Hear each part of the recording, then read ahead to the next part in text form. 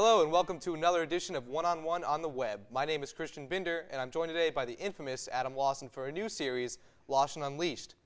Let's let the beast out of the cage. Adam, what exactly is Lawson Unleashed? Well, Christian, normally I keep my opinions bottled up. I won't say what's on my mind.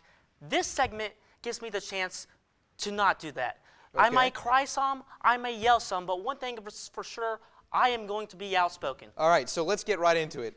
You're a Panthers fan. Yes, I am. Michael Vick said on the radio that he would like to play for the Panthers. What are your thoughts on that? Well, I might have a little more leniency towards Michael Vick if he hadn't just gotten out of jail for dog fighting. Listen, if I'm an Eagles fan or a Mike Vick fan in general, the last place I want to see him on is a radio that calls himself Gangster Grills Radio.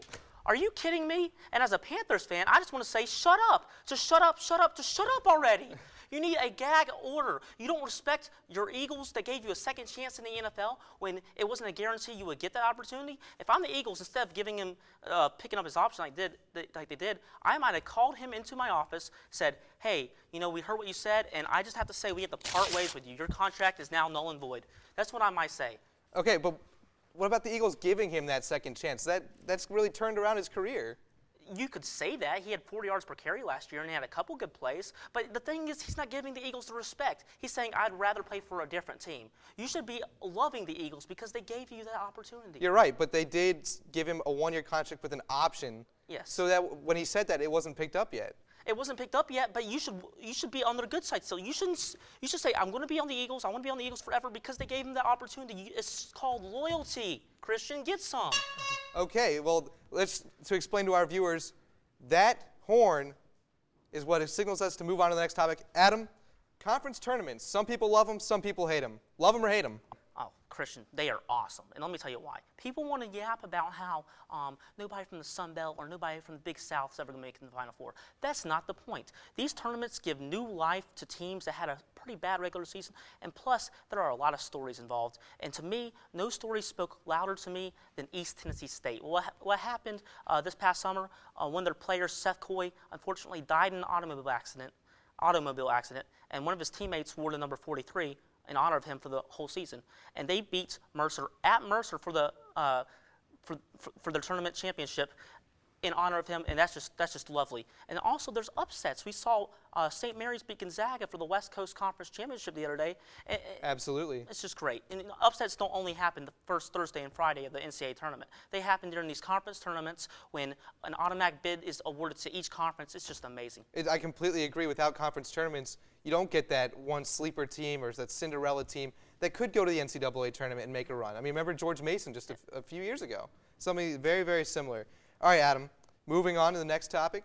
When the Olympics ended, the Ottawa Senators played the Sidney Crosby game-winning goal while the national anthem, the American national anthem, was playing in their game against the New York Rangers. What do you think about that? Well, see, Christian, I get that it was a big goal for Canada and their nation and their history and their pride. I get that. And I wouldn't have cared if they played on an endless loop during the whole game. It was between the Senators and the Rangers. But the time to do that is not during the Star-Spangled Banner. I'm sorry, but you don't brag about beating a country while you're playing their national anthem. And both teams, from the Ottawa Senators and the New York Rangers, have players of American descent on their team. It's just disrespectful. That's what it is. It's just disrespectful. Well, see, I would agree with you. It is disrespectful. It's the American national anthem.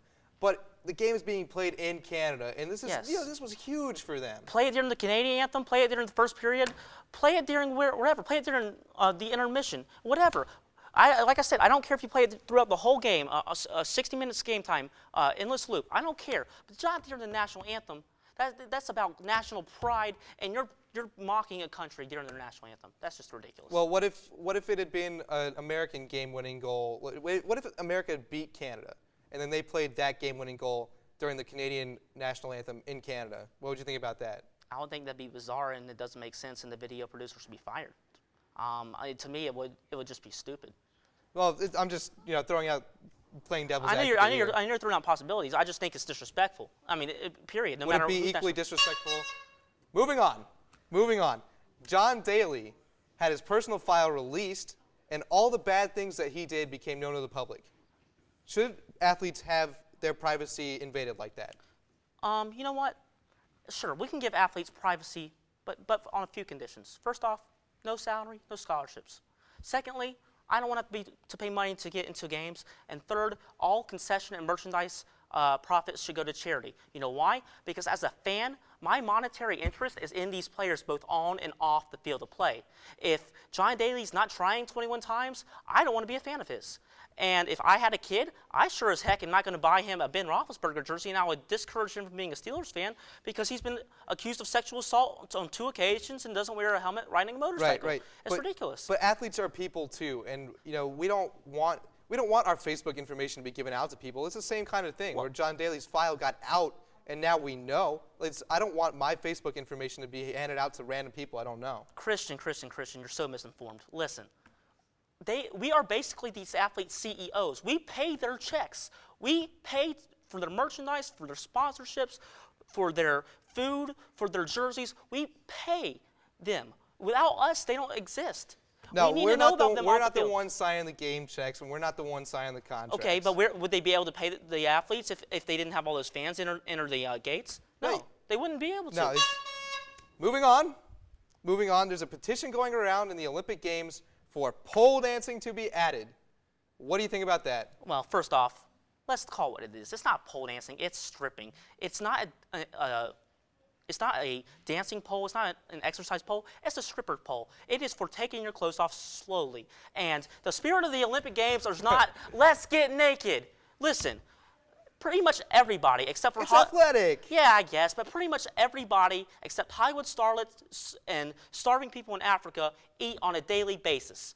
Why not have competitive eating in the Olympics? And I'm being serious. Okay, if that was going to happen, the only person I want to see is Kobayashi. Kobayashi versus Chestnut? It's amazing how much they can eat and how they fight through that wall. It's incredible to watch. The annual hot dog eating contest has millions of viewers. People love it. It's a niche sport that people will watch. But do you think that you could get, there's a lot of people, there's 12 people in the Nathan's hot dog eating contest? Do you think you get everybody, at least one person from every nation to be represented in that? Well, when you have ice hockey in the Olympics for Winter Olympics, people in Jamaica might not play ice hockey.